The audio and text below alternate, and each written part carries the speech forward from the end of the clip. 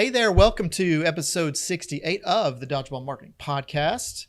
I'm Chris. Hey, I'm Michael. And Michael, we're going to talk today about how to never, ever, ever run out of content ideas for SEO. There are a billion things you could write about if you just do with SEO and content ideas. But for some reason, some people just get stuck and they just they're doing their own SEO, doing their own content program. Yeah. And they just sit there with a blank screen and go like, all right, I got to write about something. Yeah. Now what? And you don't want to throw up trash. You don't want to put trash on your website. Yeah. You don't want to just you want to do something meaningful, something that helps people, but too often people just get stuck, Yeah. So this is meant to give you 5 kind of prompts of things that you can produce content about. And honestly, if you really dug into all 5 of these, it'll keep you, if you're doing your own SEO, it could keep you busy for like a year. Yeah. Yeah. This is minimum 2 to 5 years of ideas. Actually, just number 4 could keep you busy. Oh yeah. Yeah, totally. Okay. So let's go through, Michael, kick us off. Number 1, ideas to never, ever, I'm changing the name of the episode, ever run out of content ideas and not have an excuse for not producing content. That's right. And this is to get you away from the scraping the bottom of the bucket for blog topics to broaden your idea of content strategy. Yes. Not all blogs are content, but not all content is blog. Yeah, that's right. So number 1, create standalone pages for your services that list your subservices and build pages for those subservices. Michael, what is a subservice? And now I'll break that out. And the same thing, everywhere I said services, you could also say products. Same deal. I'm gonna talk about services just to simplify it, but this translates directly over to products. So an example of services would be, I'll tell you something we've done. I know I use this example a lot with dermatology, but it's a good one for what I'm going to describe now. So I'll just use it again at the risk of wearing out my example. So if you have a service category for dermatology practice called medical conditions or medical services. Underneath that, you might have cancer screenings, mole removal, scar reduction.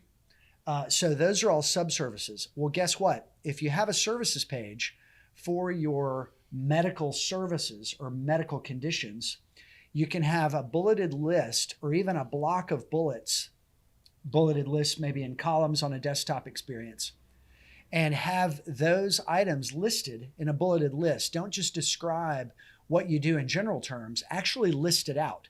Because what that list is doing is it's putting those keywords on the page and tying them all together for search engines so that they have that thing that's common sense to you, but has to be spelled out for a search index to know what you do. And then each of those bulleted items, you can create a standalone page for those and link to it. And sure, somebody may come in and go to the homepage, go to medical services, and then read, oh, how do they do this? So that's one of the benefits. They may actually drill down and read all that info. And if I'm going to get a cancer screening, I would definitely read that before I set an appointment. But what it does that's more important is it creates more entry points to your website, because if someone does a search for that actual subservice and you've got a page and it's tied together nicely with the rest of your website, that may be the first page that shows up for them and that they come directly into.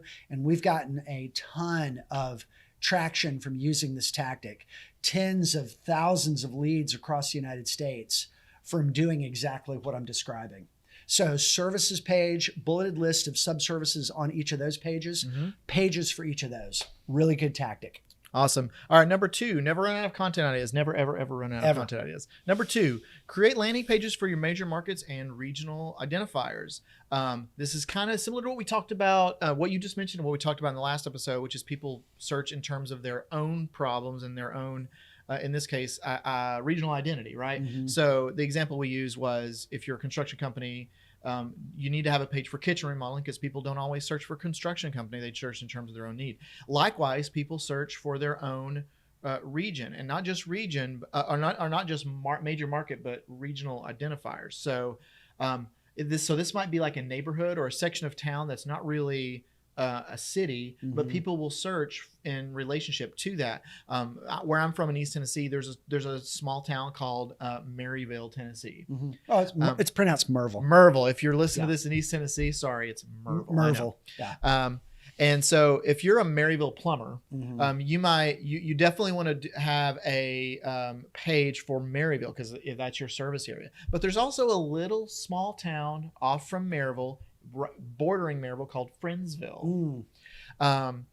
Friendsville probably doesn't have any like plumbing companies that are, it's probably 3,000 people. I don't know. But people in Friendsville will search for Friendsville plumbers because they don't know. Yep. So the Maryville plumber needs to have a page for Friendsville plumbing companies because of how people search. So if you're thinking about, when you're thinking about your content, think about the market that you serve and any sub-markets. So we're in Nashville. So what would be some sub-markets of Nashville? Oh yeah, there's so many. Berry Hill. Yeah, Brentwood, Cool Springs, Franklin, Antioch, Murfreesboro, even like neighborhoods East Nashville, Green Hills, Bellevue, which is really more of a neighborhood. Yeah. So so you can do this for your own city, your own market. You know the nooks and crannies. You know the areas of town that have a name, and people identify us from there. But there's not necessarily like a government it may not be a municipality. Yeah. Those are regional identifiers. So think about all the regional identifiers. Even saying Middle Tennessee. Sure. Yeah. Middle Tennessee. So think about your major markets, your regional identifiers, and build landing pages specifically for keywords related to that. Yeah. Yeah. That's a really good one. And often to tag onto that, if you have that page, even though search engines have gotten better at knowing where people are, and since I'll call it October of last year, there was a big shift toward showing local service providers, not just letting providers with an SEO agency dominate nationally. Even though that's gotten better, if you have a local page, often you'll get your homepage to come up and get an additional listing of your localization page, or flip-flop your localization page and then your homepage. So that has a benefit, frankly, of pushing competition off the page. Sure. So yeah, so we do that a lot. So even though search engines have gotten better at this, it's still a good tactic for a lot of reasons. All right, next up, show case studies.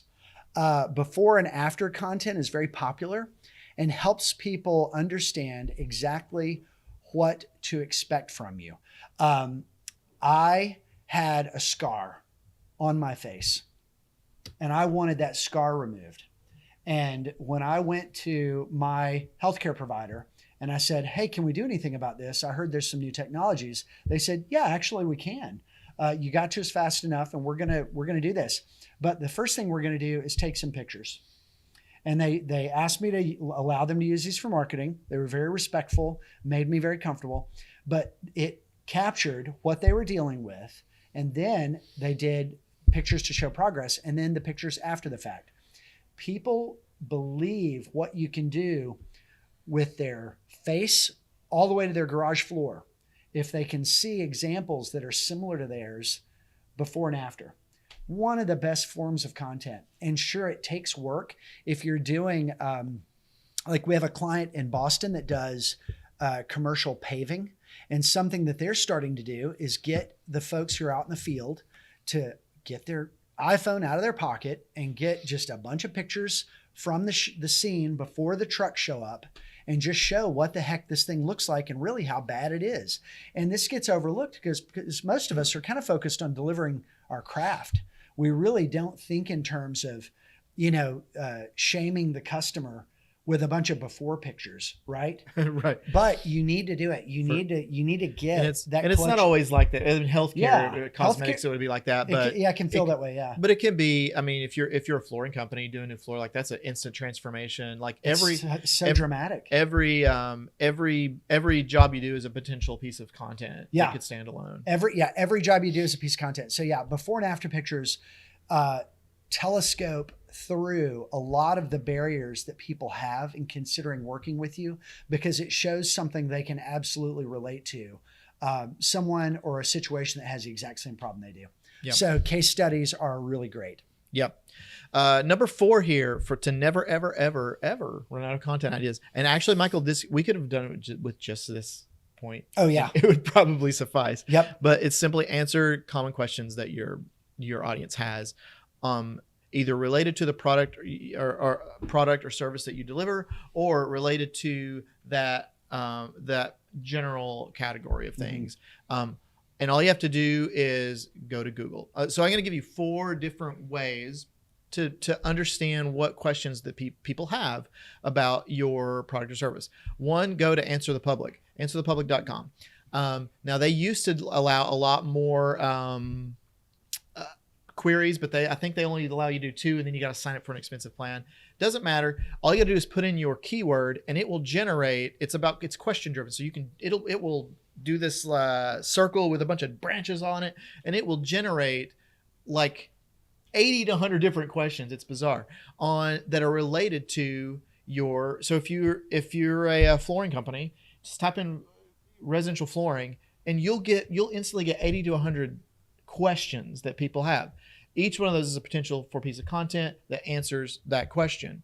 Go to Google. Here's a second one. Go to Google, type in a keyword that you're trying to target or a question, and scroll down to the bottom and go to the people also searched. Google knows that people similar to that also search. I think it gives you like 6 to 8 different questions. Mm-hmm. Bam, there's 6 to 8 content ideas. And those can often go right to number 1 on the results. Right. And you can use that to do a rabbit trail. So click one of those, open a new tab. Mm-hmm. Now you'll get 8 more. Mm-hmm. Click one of those, so you can use that to branch off different ideas. Go to reddit.com, type in your keyword. You'll find all kinds of things, people asking. There might be a whole subreddit devoted to it. Mm-hmm. Go in there, poke around, see what questions people have. And then lastly, number 4, just ask your own, keep track of your own customer. When your customer has a question, when you're out on a job site, when you've got a patient in your office, how many times does a healthcare provider have patients have question after question after question after question after question on stuff? Mm-hmm. Every single question they ask, sometimes it might not be opportunity if it's specific to them, right? But sometimes it's a really common question that you get. If you get it more than twice, that's a blog. People have that question. If they're asking you in the office, they're probably asking Google as well. That's right. And so just produce a piece of content on it. Yeah, whatever the sales team is talking about on the phone, you need to start writing blogs about that. Write a blog post about it. And a lot of times that stuff can like pre-filter people out as well. And you can answer, the more questions you can answer on your website, the more they're able to browse around and get questions answered, the less questions they're going to have for you on the phone. It's actually save you some time and sort of pre-qualify people and pre-sell them, because all those questions and objections are already answered on the site. So questions, answer your audience's questions. Like most of the queries on Google are just questions. Yeah. People are curious. Yeah. It's since voice search rose with the use of more audio search devices, it changed the role of questions and answers in search engines. Yeah.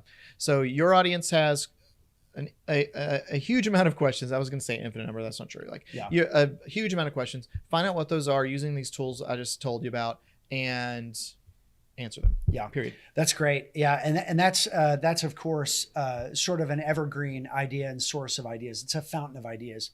Last up, number 5 for this episode, compare and contrast options in the marketplace. In most businesses, people are looking at a handful of different options for what they can do. Yesterday, my wife and I decided that we needed to look at another option. We use a healthcare co-op for our family health coverage, our health insurance. We pay out of pocket for whatever we do and then submit our receipts to the co-op and get reimbursed. And it's kind of a cost-effective way to do it. And for a number of reasons, we just decided to go out and look. And the best example we found, and you can replicate this, healthcare, health share options. If you do that search in Google, you're going to find a website that has a very robust panel of articles. It's an entire page of tiles where they compare. They take every option in the marketplace and do a head-to-head comparison as separate pages. Now, it seems that there would be a more efficient way to do that. Just show a table, features and benefits, give everybody that. They have that kind of stuff too. They have a roundup, summary pages for the entire industry, but anybody who's making a decision as intimate and important as healthcare coverage for your family is going to want to, go through some process. They're going to end up with 3 options, then 2 options. And so as they're doing that, they're going to say, well, what about option B versus option D? And now what about option V versus option E? or E versus C. They're going to go through iterations of this. And so this company is one of the providers. They're in the mix, but they've done just a good job of putting on a neutral editorial hat and providing better content to take all these options and go head to head. And you don't have to shout out your competitors. If you're the flooring company, you could do a rundown, huge post on different materials, different finishes, different interlocking products, mechanisms, services, mechanisms, compare them by cost. Yeah, you could definitely do that. It doesn't have to be like compare providers. It could be compare like products that everybody, you know what I mean? That's right. Yeah. And so that's another one of my examples. So we've got a client that is a booming floor treatment company, and they do polyurea. Well, polyurea is a newer option that's better than epoxy. And so for them, they don't want to show, they want to show up for people searching for epoxy because people know the word epoxy, but they don't offer epoxy. So they have to do polyurea versus epoxy. And so that's a very rich subject matter for them. And this is a way of being the editorial voice and the journalistic source of information in the industry for folks to help them make decisions. Mm-hmm. You know, if we're marketing anything, if we're selling anything in life, we're solving people's problems. And if you're going to communicate that on your website to attract people to what you're offering, then you're going to have to take the gloves off and say, we do this, it's better than this, here's why. And you can do it in a way that's fair and even-handed, and it's going to come off as very credible, and it's going to be great for your SEO. All right, perfect. Take us out. Perfect. That's all for this episode. Please follow us on Dodgeball SEO on Facebook, Twitter, YouTube, and LinkedIn. Get notified of new episodes coming up. Thanks so much for watching or listening. Thanks, everybody.